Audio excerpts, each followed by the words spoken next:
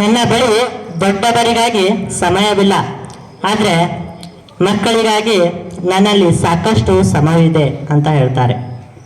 ಇನ್ನು ನೆಹರೂವರ ದೊಡ್ಡ ಮಕ್ಕಳ ಮೇಲಿನ ಪ್ರೀತಿಯ ಅಭಿಪ್ರಾಯದ ಮಾತುಗಳು.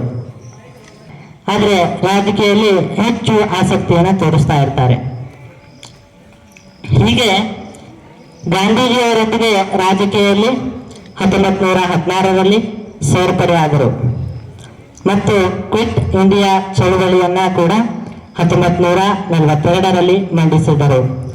ಈ ಒಂದು ಕ್ವಿಟ್ ಇಂಡಿಯಾ ಚಳುವಳಿಯಿಂದಾಗಿ ಅನೇಕ ಬಾರಿ ಜೈಲುವಾಸವನ್ನು ಕೂಡ ಇವರು ಅನುಭವಿಸ್ತಾರೆ.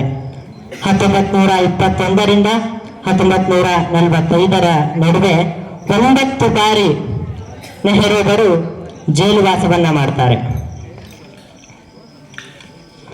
ಹಾಗೆ ಭಾರತದ ಮೊದಲ ಪ್ರಧಾನಿಯಾಗಿ 1950ರಿಂದ 1964ರವರೆಗೆ ನೆಹರೂವರು ಮಾಡಿರ್ತಕ್ಕಂತಹ ಸುಧಾರಣೆಗಳಲ್ಲಿ ಆಧುನಿಕ ಭಾರತದ ರೂವಾರಿ, ಕಲ್ಯಾಣ ಕರ್ನಾಟಕ ರಾಜ್ಯ, ಅಲಿಪ್ತ ಚಳವಳಿ, ಗೋವಾ ವಿಮೋಚನೆ, ಸಹಜ ಮತ್ತು ಕೃಷಿ ಸುಧಾರಣೆ, ಅಂತಾರಾಷ್ಟ್ರೀಯ ಸಂಬಂಧ, ವೈಜ್ಞಾನಿಕ ಹಾಗೂ ತಾಂತ್ರಿಕ ಪ್ರಗತಿ, ಶಿಕ್ಷಣ, ಮುಖ್ಯವಾಗಿ ಪಂಚವಾರ್ಷಿಕ ಯೋಜನೆ. ಈ ರೀತಿಯಾಗಿ ನೆಹರೂವರು ನಮಗೆ ಸ್ವಾತಂತ್ರ್ಯ ಹೋರಾಟದಲ್ಲಿ ಹಲವಾರು ಸುಧಾರಣೆಗಳನ್ನು ಮಾಡಿದ್ದಾರೆ.